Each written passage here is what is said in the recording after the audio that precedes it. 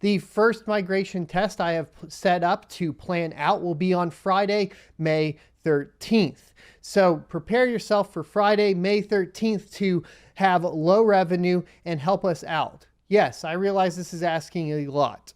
Yes, I realize a lot of people won't do it. In fact, I'm not even sure that we will see anybody like RedPandaMining or Bitsby Trippin with larger farms even do this. But if we can even get a modest amount of hash rate, let's say 5 to 10% of the Ethereum hash rate to move over anywhere, we can start to build out numbers and such. Now, I would also... Well, son of a tech, here I am. I'm answering the call. I was actually hesitant to join this at first, and I'm going to give you guys my reasons why. I'm just going to refer to a tweet that I did last year. You guys may remember this.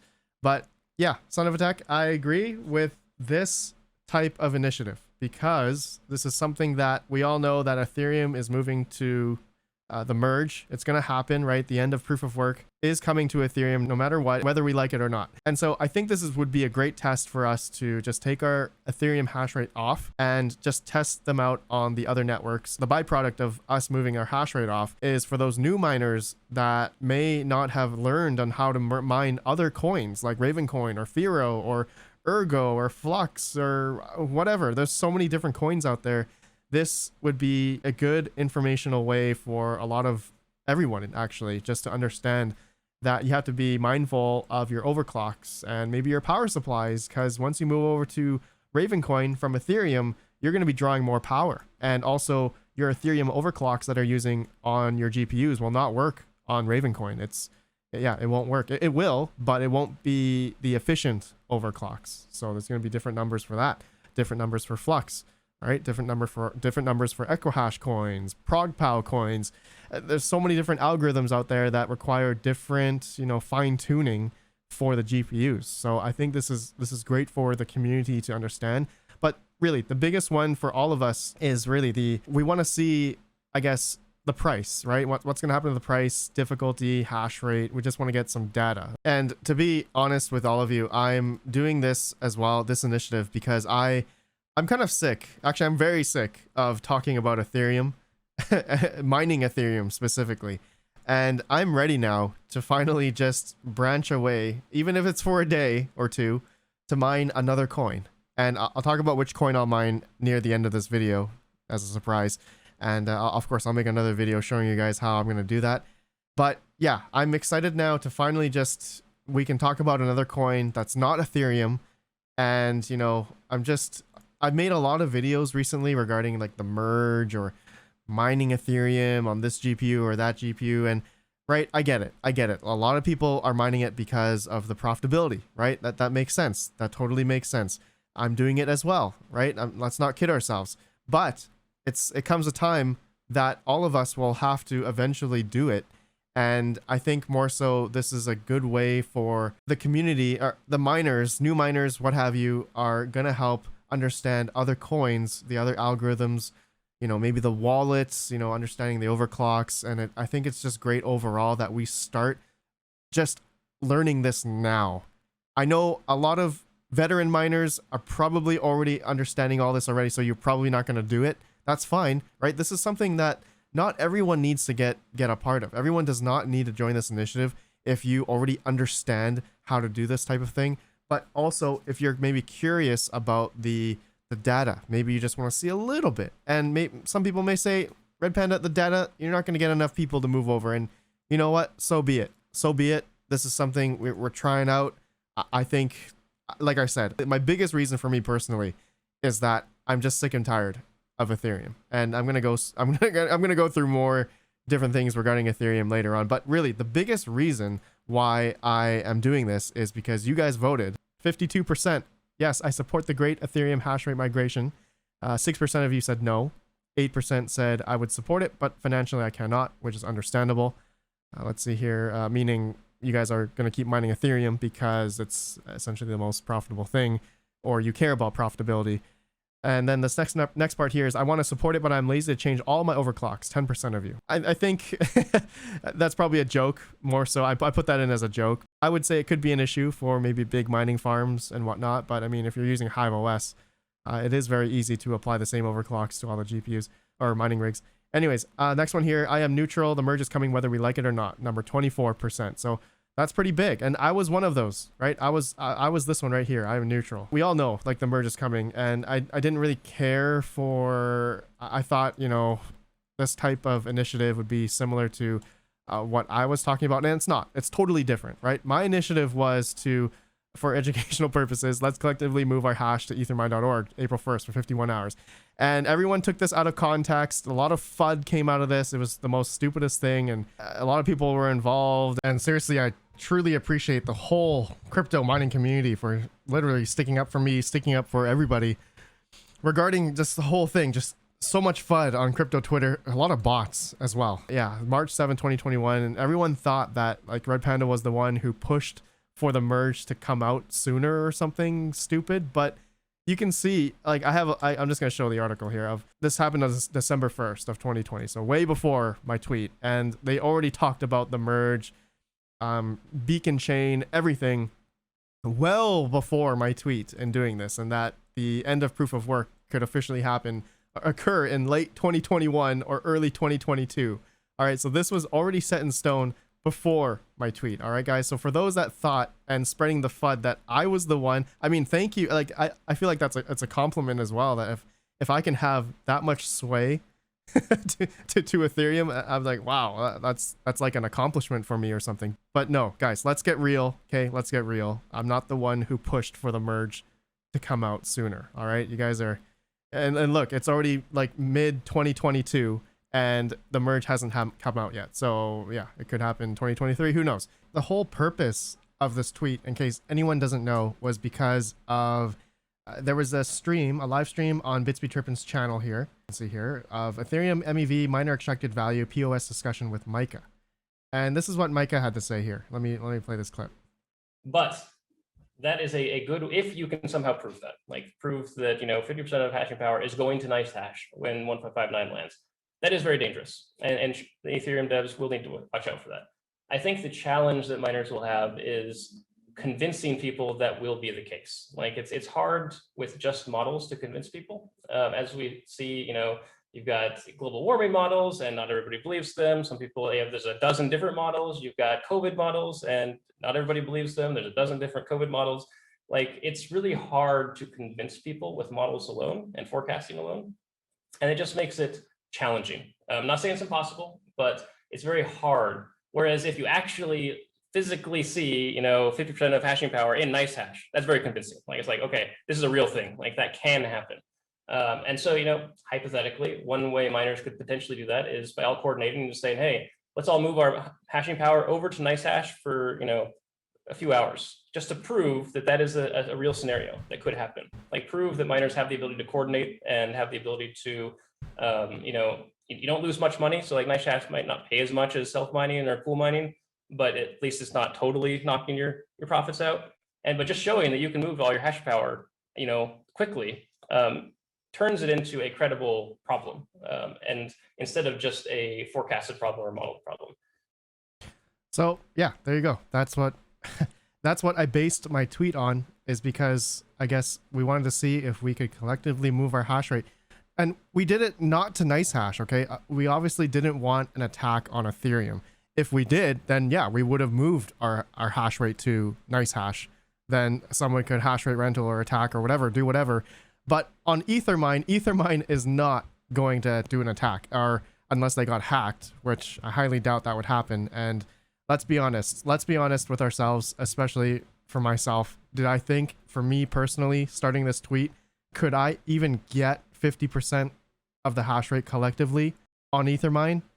I don't think. Let's be real. I'm going to be completely honest here. I know there's some people who believe that I could. I'm going to say it, no. That I knew when I started that tweet, it was just, honestly, it was just for just having everyone come together and do something. And ultimately, we called it off and it didn't happen. And yeah, a lot of people wanted to do it, but I don't think we would have gotten 50% of the hash rate on Ethermine. It just would have been, it would have been, it would have been impossible, as not everyone watches me. Not everyone has Twitter. Not everyone watches YouTube. Okay. You can see like 1.8 8 million miners here. These are different wallet addresses. So there could be a lot more on F2 Pool, a lot more on Ant Pool here. Like I'm going to say 2 to 3 million different people around the world mining. And I only get like what, 20,000 to 30,000 views a day on my YouTube channel. So I'm not even 1% of the miners who watch my channel. So think about that. Think about that. If we could, there's just no way we could get 50% of the network hash rate to move to Ethermine. Just impossible. So that was out. I just wanted to let you guys know, update you all my reasonings for this. And ultimately it didn't happen. And I wasn't the one who pushed for this, but we all know that they talked about in their white paper. This is their white paper here on ethereum.org /en/white paper. And they talked about moving to proof of stake in their white paper initially already. So, I mean, for anyone that has any doubt that Ethereum never talked about having proof of stake or anything like that eventually happening in Ethereum, you're wrong. Okay, this is in their white paper. It is bound to happen. Now, they did talk about in their white paper as well as mining centralization. They had this part here. I just had to laugh because once Ethereum moves to proof of stake, I'm going to say it's going to be even more centralized in that aspect, because as a lot of VPS services, Amazon Web Services, AWS, at Microsoft Azure, Cisco Cloud, Blue Ocean, Digital Ocean. There's a whole bunch of different VPS services out there. What's not to say, I can already foresee the headlines. Like, what if like people that have 32 ETH Ethereum nodes and those VPS services, like let's say AWS, which has gone down a couple times last year, those guys are going to get slashed, right? Won't those guys who had nodes on Amazon, maybe Azure, DigitalOcean, what if those services went down? Most people are going to have their nodes on those types of services. What if those cloud providers went down? Imagine, right? As 32 ETH, your node goes down, you get slashed, you lose all your Ethereum or something. I don't know how much you get slashed, but just imagine that. That would suck. That would honestly suck. So I mean, the aspect of centralization from what I'm trying to portray here is that all these services, there's not many VPS services out there, that there's going to be a lot of people using AWS. There could be a lot of people using Microsoft Azure. So I'm just putting it in that aspect. Okay. And then once those services go down, oh man, it's all over. It's really all over. Another thing that I would say the Ethereum developers and maybe crypto Twitter, those that are heavily invested, the VCs, venture capitalists into Ethereum, crypto Twitter is such a cesspool, I swear. Anyways, you can see one of the biggest things that they had against mining is that there was big sell-off pressure.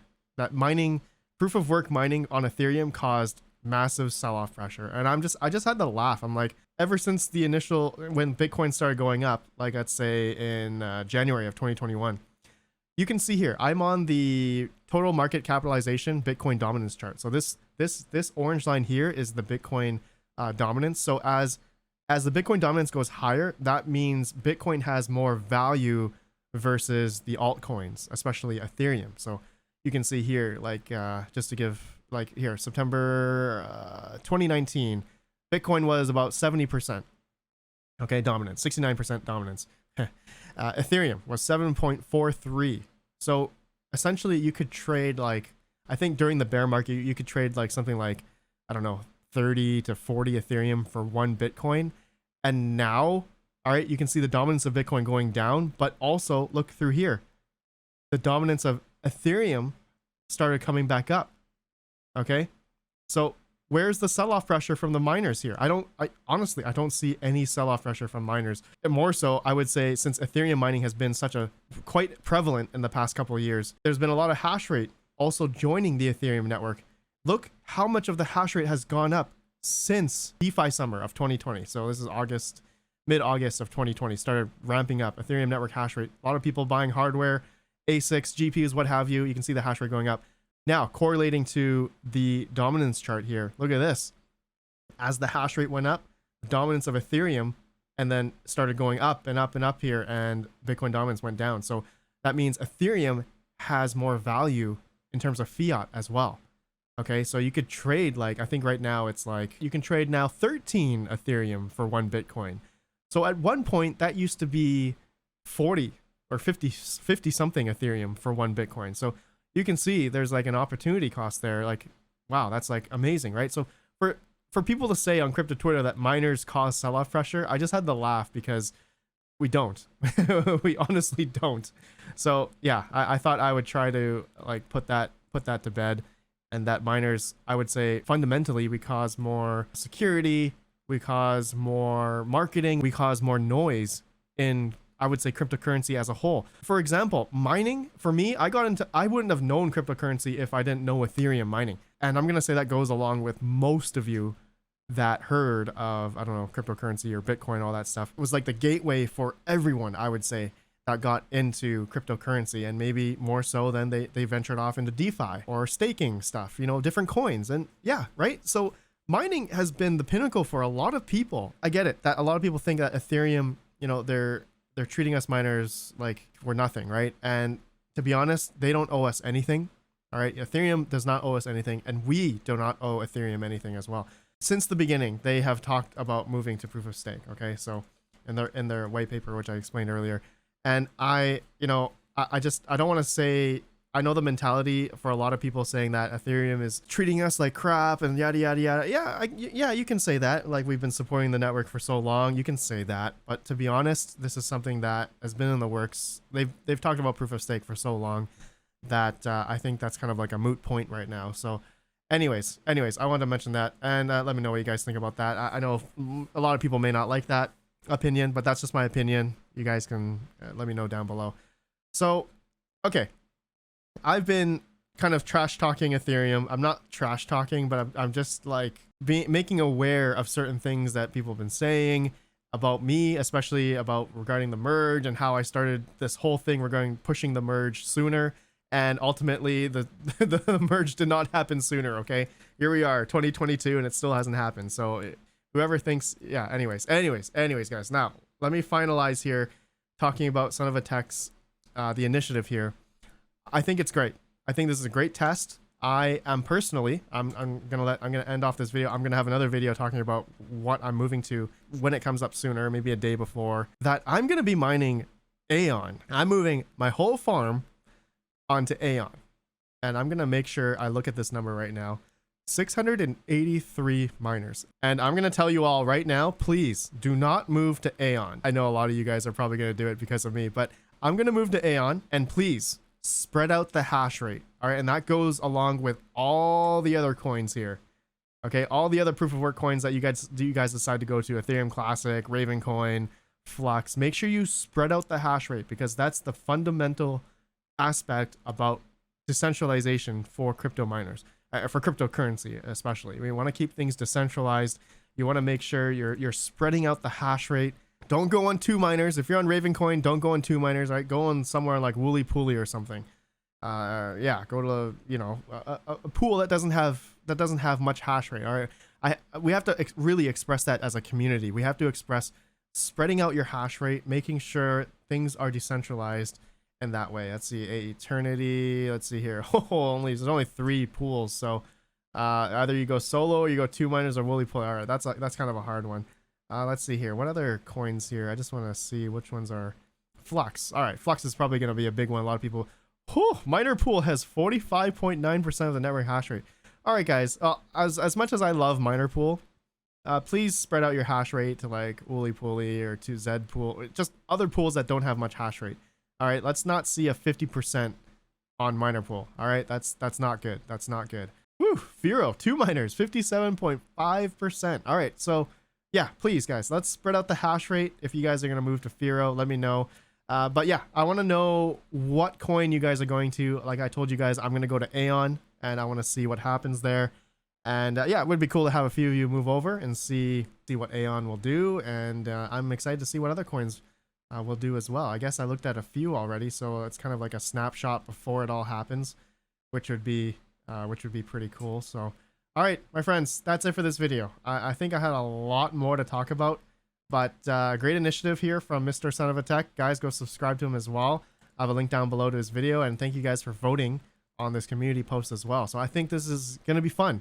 I hope there's going to be another one, maybe another day we can do a test. I understand, right? Not everyone can join, right? As financially, it could burden some people. But hey, for a day or 2, this ain't bad. This is fun, right? This is something that it's good to get some data. Good to see, well, what will happen, you know, maybe what to mine and all that good stuff, and the network difficulties and all that stuff once the Ethereum merge eventually comes out. We're going to have to experience this now. Sooner the better, in my opinion. So this is great for especially new miners to understand that the algorithms, you'll have to change your overclocks and maybe power supplies. And all right, my friends, that's it. Let me know your thoughts. I appreciate you all, and have a good one, and peace out.